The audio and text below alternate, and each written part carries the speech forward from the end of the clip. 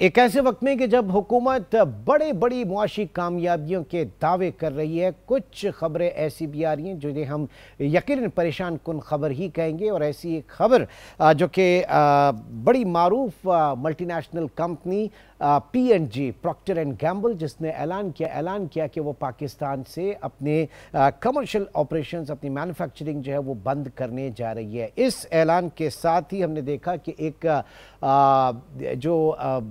जो माहिरीन है, जिसमें दोनों साइड की अगर हम बात करें, जो तनकीद करने वाले हैं वो ये कह रहे हैं कि पिछले 3 सालों में बड़े बड़े ब्रांड जो है वो पाकिस्तान से वापस गए और पाकिस्तान में हालात इस वक्त ऐसे नहीं हैं कि फॉरेन कंपनीज या मल्टीनेशनल कंपनीज जो हैं वो पाकिस्तान में इन्वेस्ट करें, जबकि हुकूमत हमें दूसरा जो है वो रुख दिखा रही है कि और उसमें बड़ी बड़ी मल्टीनेशनल कंपनीज जो है वो पाकिस्तान में आ भी रही हैं, कुछ जॉइंट वेंचर्स भी हो रहे हैं और अंडर SIFC सूरत हाल जो है वो बहुत बेहतरी की जानिब जा रही है। हकीकत क्या है?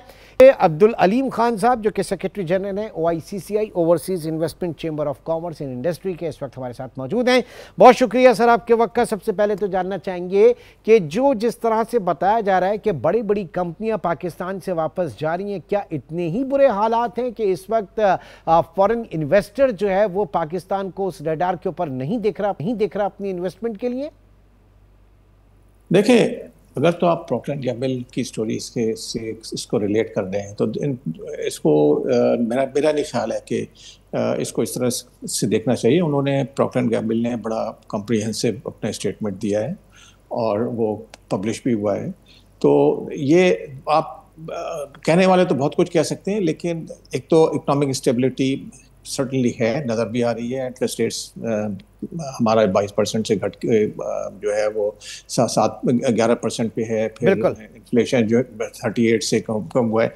ये सब चीज़ें अपनी जगह हैं। तो ये आई डोंट थिंक कि उसको हम ये जो प्रॉक्टर एंड गैम्बल का जो डिसीजन है ये बड़ा कॉम्प्रिहेंसिव है और इंडिकेटिव है। उन्होंने बताया है कि वो हर मल्टीनेशनल का ये राइट होता है उनकी मैनेजमेंट का कि वो भी बारह अपने इन्वेस्टर्स को ग्लोबली रिस्पॉन्सिबल होते हैं। इसमें कोई शक नहीं है कि ये बहुत बड़ी कंपनी है, दुनिया की सबसे बड़ी कंज्यूमर गुड्स कंपनी है और बड़ा नाम है, ब्रांड नेम है। लेकिन पाकिस्तान में ऑपरेशन उनका जो है वो जाहिर है सोप और पैम्पर्स और इस टाइप के प्रोडक्ट्स में था और ऑब्वियसली कंज्यूमर गुड्स में उनका काफ़ी नाम है।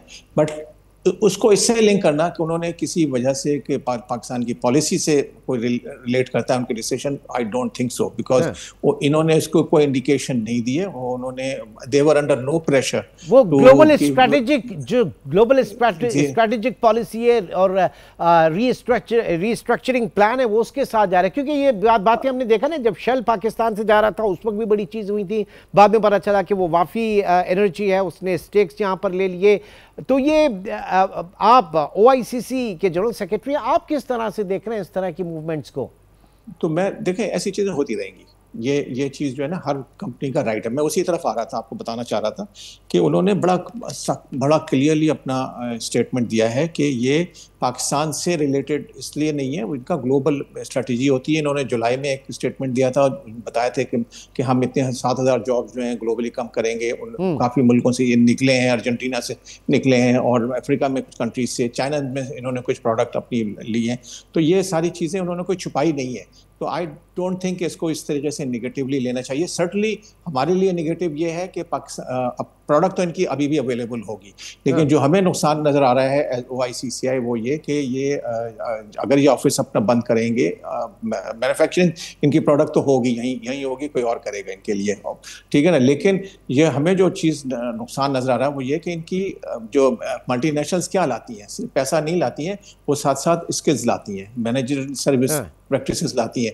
तो वो जो प्रैक्टिसेस हैं, इनके जो टैलेंट है वो बहुत हाई क्वालिटी का होता है। और इनका प्रॉक्टर एंड गैम्बल का भी बहुत अच्छा था और इन्होंने सिंगापुर में इधर उधर पाकिस्तानियों को ग्रूम करके रखा हुआ है। तो वो टैलेंट जो है वो अपॉर्चुनिटी उनके लिए कम हो जाएगी। बट ऐसी चीजें होती रहेंगी। ये और हो सकता है कि उनकी रिप्लेसमेंट हो, वो जो मुलाजमीन है उनको कहीं और प्लेस किया जाए। जाहिर है कि काम तो चलना है। ऑलरेडी वो कर चुके हैं, ऑलरेडी साबुन का जो उनका बिजनेस है उन्होंने साल पहले जो है पाकिस्तान की एक दूसरी कंपनी को बेच दिया था। तो हर चीज कंज्यूमर को बताने की जरूरत नहीं होती है। उनका जो सेफगार्ड साबुन है जो हमें बताया गया है वो ये ऑलरेडी कोई और प्रोड्यूस कर रहा है, तो इनको रॉयल्टी मिलेगी, टेक्निकल फीस मिलेगी, तो उनकी प्रोडक्ट रहेगी अपनी जगह। लेकिन अब वो डिस्ट्रीब्यूटर मार्जिन के थ्रू आएगी या जो भी और उनका मैकेनिज्म होगा। लेकिन देखें, ये मैंने भी देखा है अखबार में, इसको लोग निगेटिव कॉनोटेशन ये दे रहे हैं कि हो पाकिस्तान के ऊपर बड़ा निगेटिव इंप्रेशन है। ये चीज इस तरीके से नहीं लेनी चाहिए। बिजनेस डिसीजन कॉर्पोरेट का हक होता है। वो जो उनका जो ग्लोबल सीईओ है उसको अपने इन्वेस्टर को भी जवाब देना होता है। अगर वो उसको नजर आता है कि पाकिस्तान जैसे मार्केट में इतना बड़ी प्रेजेंस रखने की जरूरत नहीं है, फिजिकली, प्रोडक्ट की बात नहीं कर रहा हूँ मैं, बात कर रहा हूँ सेटअप की, तो वो उसने कहा कि ये मॉडल नहीं, दूसरा मॉडल चलेगा। लेकिन है ना, तो आई डोंट थिंक, और ऐसा होता रहता है। लेकिन देखें, जहां हम परेशान होते हैं ओआईसी, वहां अगर कोई लोग पॉलिसी की वजह से जाते हैं, जैसे आज से 3-4 साल पहले तो काफी फार्मास्यूटिकल कंपनीज गई हैं, इस वजह से गई हैं कि प्राइसिंग पॉलिसी थी लेकिन गवर्नमेंट इंप्लीमेंट नहीं कर रही थी।